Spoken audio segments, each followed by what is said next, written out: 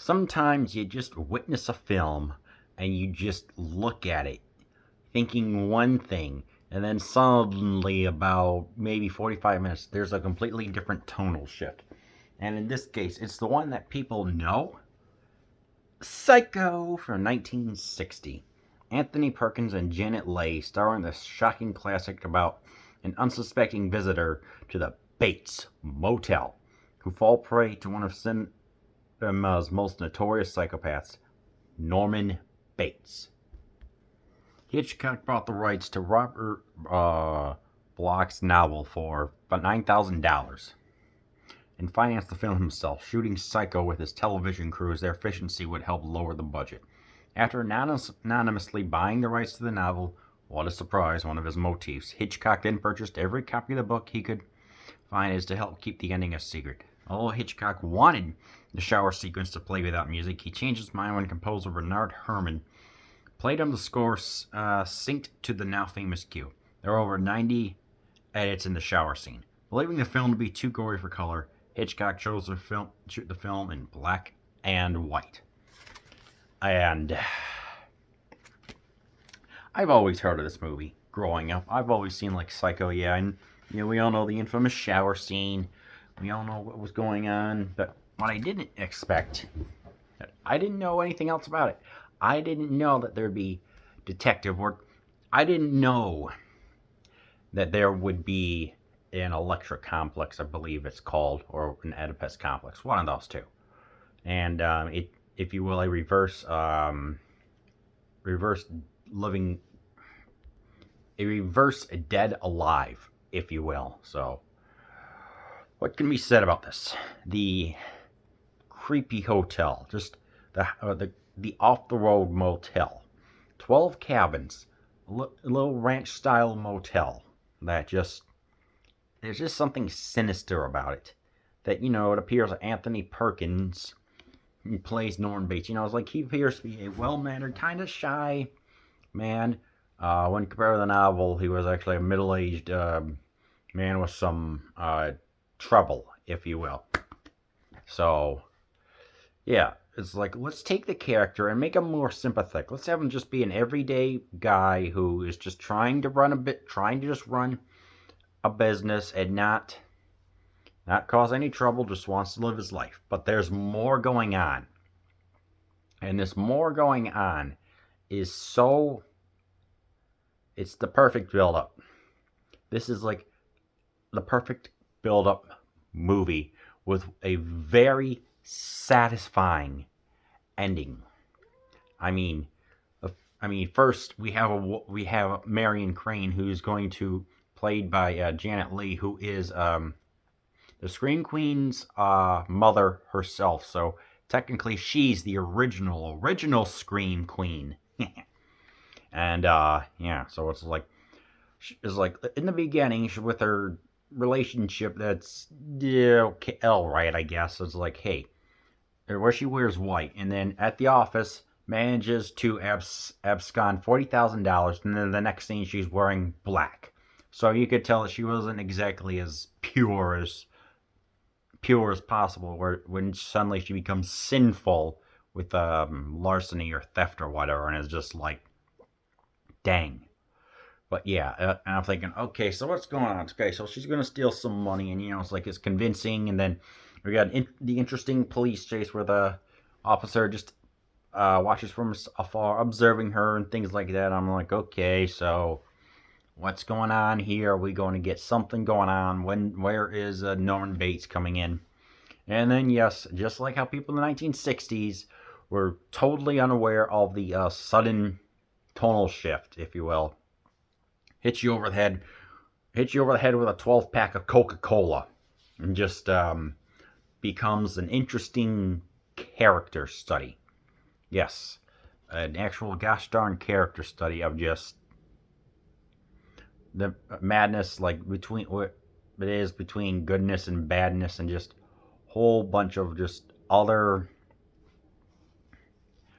themes that are out there. The black and white adds to the tension. There, it is just thick with tension, and it just proving that, you know, it's a stylistic choice. It's a smaller budget, but it's a smaller budget here that works well. It doesn't feel like it's a cheaply made throw it out there kind of made for TV special. It even sucks as a made for TV special. This is a genuine bona fide classic, A plus classic. This is virtually flawless. Period. I, I don't know what to say. I mean, it's like, the other scenes that, I watched this about roughly a year and a half ago, and like I wasn't doing all the reviews and stuff then. So just seeing this now, of like when the car just slides into the swamp when Bates is disposing of the evidence, and it just goes in. It's like, the crew could have only done this on like one or two takes, because then you'd have to fish the car out, relaunch the scene, just do it again and again. So I was like, just the eerie silence is what I love about this. Yeah, you got the violins, you got you got the shower scene. Yes, that is legendary, and they're kind of hinting at that there's something going on with with Norman and his mother Norma, and I'm like, okay, it's like I kind of read about it, but then when they start revealing the pieces, starting pulling back the curtain, you're just like, hot dang. So it adds to a truly just formidable movie, and just the giant house that's in the back, even though it's just two sets with a forced perspective. It's just absolutely surreal. Even when Marion is purchasing a car, in that scene alone where she's trying to do fast, it's like everything in this movie seems to be fast, but at the same time it's slow pace. And no, that is not an oxymoron. It's like, and of course, adding to the sense of dread, there's a scene. It's like, okay, we're here. Norman's going to take his mother out and put her in the fruit cellar. So like, here's the door. Like, the door's right here. Camera's going to come out, and then it slowly zooms up, and we see them walking. Mother's covered by a blanket as he descends the stairs. Again, adding to the unknown in fear, and obviously there are close-ups in the dialogue when Marion's boyfriend and Norman are talking, which just adds more to the tension that's going on, and how Bates could just go into his mother's side of his brain, if you will. And then at the end, it's like we get the discussion of like everything that happened with the mom, how those two were living in a world that only were by themselves, but mother started dating a man, and Norman couldn't take this and ended up just billing the both of them and disposing, yet still somehow kept the cadaver intact, trying to maintain it looking like his mom, but it wasn't enough. So it's just a truly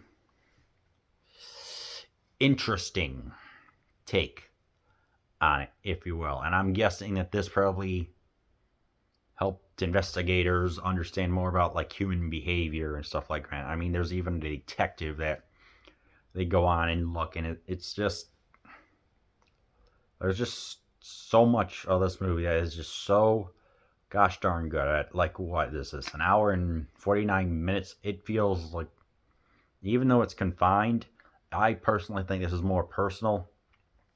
It's like, yeah, you get your North by Northwest and your other epic scale movies, but sometimes you just gotta have them both. And in the ending, what I've noticed a couple times now, it's like you got the big climactic scene going on of like a confession or descending Mount Rushmore, and then suddenly they just pull to it on something that happens a little bit later, and it says the end. I'm like, that does seem to be a Hitchcockian motif, if you will.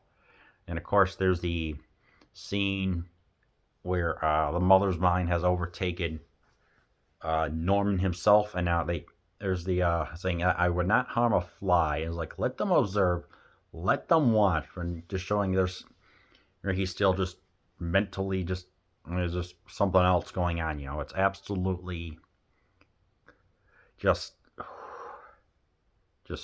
crazy to watch. Yeah, and I mean, I pretty much just like if there was maybe anything wrong, or like some things people wouldn't like, maybe the black and white might turn off some people, or how there's not too much of a scare, but it's more the claustrophobia. They wouldn't like the claustrophobia slash lack of razzle, the lack of razzle dazzles might not make some people the biggest fans, you know. So it's just like, well, you had to transport yourself back to the 1960s for that. And some of what they were talking about, like him dressing up as mother, may offend some people. So just keep that in mind. But like I say, this is truly, truly an absolutely amazing film. And if I had to give it a score, I mean, like it's easily an A plus, something like that. And you know, it's like I said, great performances, lack of atmosphere. When the music hits, it hits, and interesting psychoanalysis, I guess is the word, all found in this movie, Psycho.